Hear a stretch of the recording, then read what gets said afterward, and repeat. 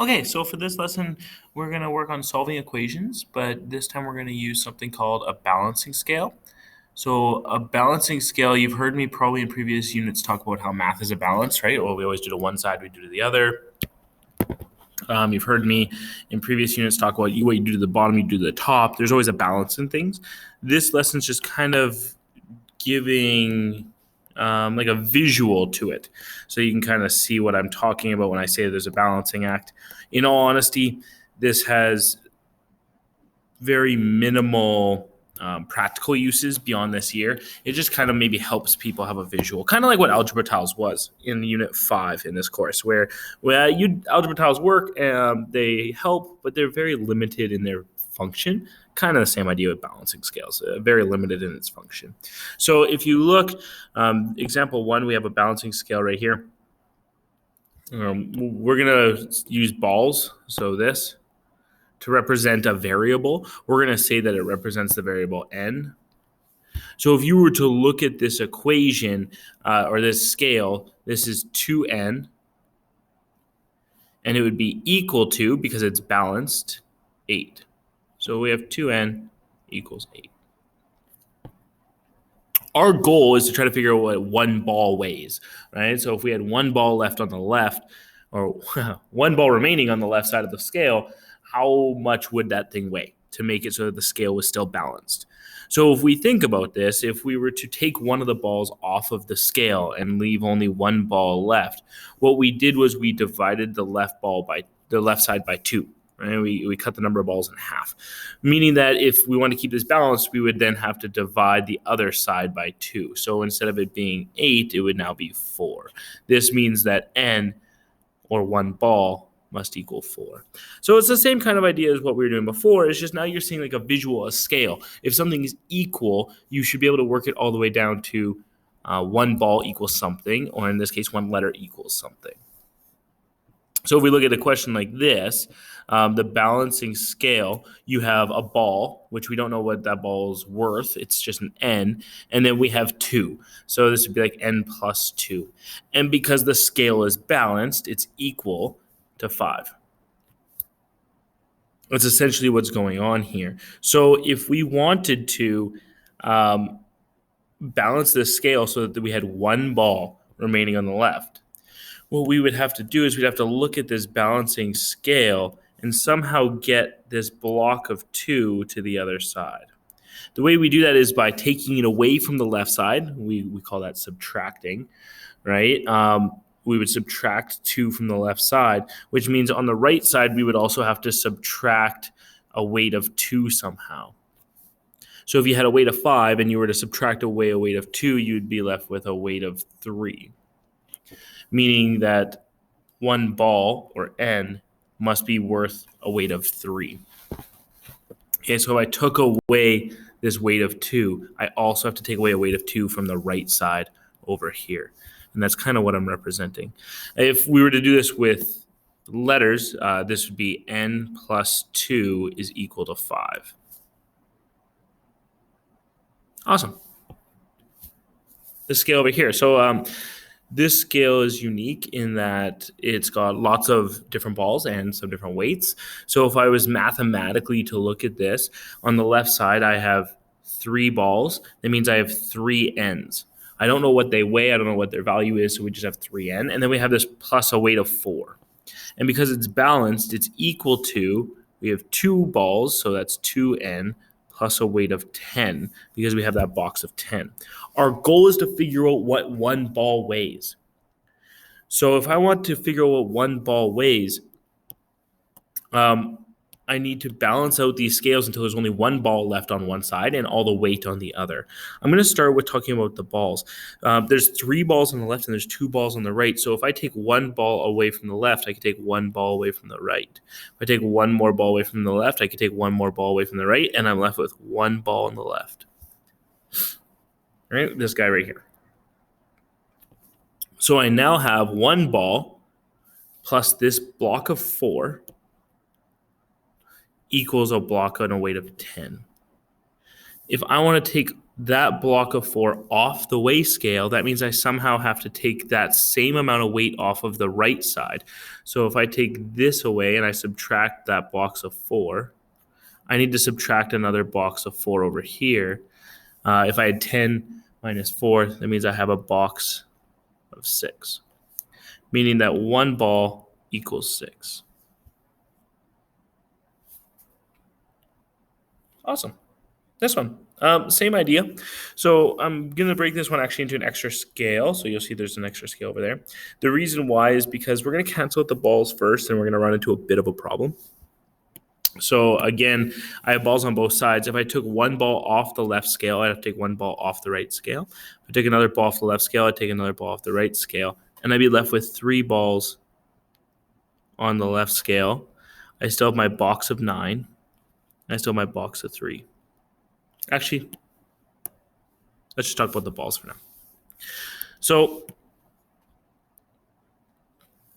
you can see I've gotten all of the balls onto one side of the scale, so then I can start to reduce it down to 1. But instead of the question above, when I did that process, I was left with only 1 ball, which was kind of convenient. Right? There's only 1 ball left over. This time there's 3 balls left over. That's why we're going to need that second scale, because we're going to have to do more after this. When I look at this, I've canceled the balls. I'm also going to deal with this box of 9. So I want this box of 9 to come off the side of the balls so that I'm left with only balls on the left side. The way I would do that is by subtracting or taking away that box of 9. If I did that over here and I had to take away a weight of 9, that means I'm going to be left with a weight of -6, which is kind of weird to talk about negative weight. We'll pretend it's like a counterweight. Maybe it's pushing up a weight of 6. Yeah, that's what we'll go with. So I now have 3 balls equals a weight of -6. To deal with that and to try to get this down to 1 ball equals a weight or 1 number, I'm going to have to divide those balls by 3. So if there's 3 balls and I divide it by 3, that would leave me with 1 ball on the left scale. On the right-hand side, if I had to divide the left side, the weight by 3, I have to divide the right side by a weight of 3 as well to balance out that scale. So if I had a weight of -6 and I divided it by 3, that would leave me with a weight of -2. Meaning that 1n is a value of -2. If you want to look at what this looks like algebraically, we started off with 5 balls plus a weight of 9 equals 2 balls plus a weight of 3. We then got to 3 balls equals a weight of -6, and we finished with 1 ball equals a weight of -2. Again, if this balancing scales thing is confusing you, that's okay.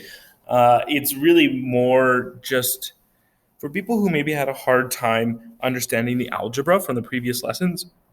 This gives them a demo so they can maybe see what's going on, and it gives them a visual, kind of like algebra tiles, right? The functionality of algebra tiles was limited. The functionality of these scales is extremely limited. It's just trying to help give people a visual and a better understanding of why algebra works. Right? It's all balancing. It's a balancing act. Awesome. We got this guy over here. We'll do the same thing. So I'll go a little faster since we've done a few of these. I'm going to first off cancel out some balls. So I cancel 1 there, cancel 1 there. I'm left with 2 balls on the left. I then now have this weight of -2 on the side of the balls. I don't want that weight of -2. So if I was to take away -2, what I'd end up doing is I'd add a box of 2. So that means to this side I have to add another box of 2, which would end up giving me on the right-hand side a box of -6. Right, so if I had -8 plus 2, that'd be -6 weight over there now. I now have 2 balls on the left. I need to get it down to 1, so I'm going to divide that weight by 2. When I divide that weight by 2, it leaves me with a 1 ball left. If I divided the weight on the left by 2 to get it down to 1 ball, I also have to divide the weight on the right by 2, leaving me with a weight of -3. Again, if we were to use algebra to demonstrate this, I started with 4 balls, so 4n minus a weight of 2 would be equal to, because it was balanced, 2 balls, or 2n, minus a weight of 8. In the second step, I moved all the balls to one side, so I had 2n left, and then I had that equal to a weight of negative 6, and I finished with 1 ball must equal a weight of negative 3. Awesome. We're going to now start with equations and try to turn that into scales. So if you look at this first question, 3n is balanced to 12 or equals 12. That means I have 3 balls, 1, 2, 3, equals a weight of 12. If I wanted to figure out what 1 ball was worth, I have to take the number of balls and divide it by 3, because that would leave me with 1 ball. Right? 3 balls divided by 3 balls would give me 1 ball remaining. That means on the right side, I have to divide that weight by 12. Sorry, I have to divide that weight by 3. Because what you do to one side of the scale, you have to do the other side of the scale to keep the weight balanced. When I take 12 and divide the weight by 3, I'm left with 4. That means 1n equals 4. For B, we're going to do the same thing. So this represents 1 ball and then minus a weight of 4 equals a weight of 5.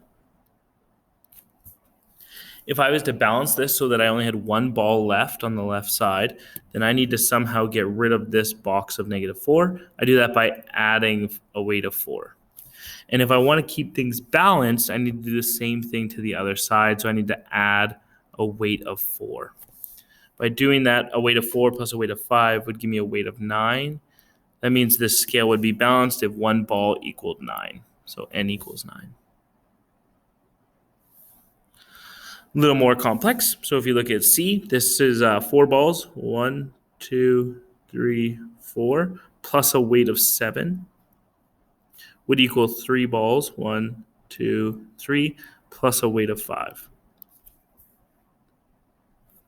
Again, I want to get it down to 1 ball. So if I look, I have 4 on the left, 3 on the right. I'm going to start taking 1 ball off of each side at a time until I'm left with only balls on the left side of the scale, and there's only 1 ball left. I then have to get this 7 away from the side that had the ball. So I'm going to have to subtract a weight of 7.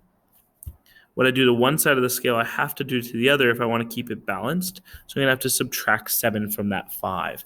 If I had a weight of 5, I minus a weight of 7. That ends up giving me a weight of negative 2. That means 1 ball must be equal to the weight of negative 2. In math words, we call that n equals negative 2. The last one down here, I have 6 balls. So 1, 2, 3, 4, 5, 6, plus a weight of 9. And then I have 2 balls, 1, 2, and a weight of negative 11. So that looks like an 8. I didn't mean that. It's 2 balls. There we go. Again, I'm going to start by getting all the balls off if possible. So I'm going to cancel out balls. I'm going to take 1 from each side, take another 1 from each side. I turn out to be left with 4 balls on the left side. I also want to get all the weight to one side, so I'm going to have to subtract this weight of 9 from the other side as well. Right? If I take 9 off of one side of the scale, I have to take 9 off the other side. Leaving me with, on the right side, negative 11 and negative 9 would be a weight of negative 20. Mathematically, what we just did was we created 4 n's, or 4 balls, equals negative 20. My last step is going to be to get 1 ball left on the scale. If I have 4 balls on the left side, I'm going to have to divide that group by 4 so that I have 1 ball left.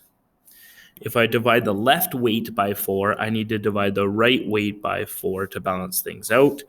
Negative 20 divided by 4 gives me a weight of negative 5. Mathematically, that means n equals negative 5. Awesome.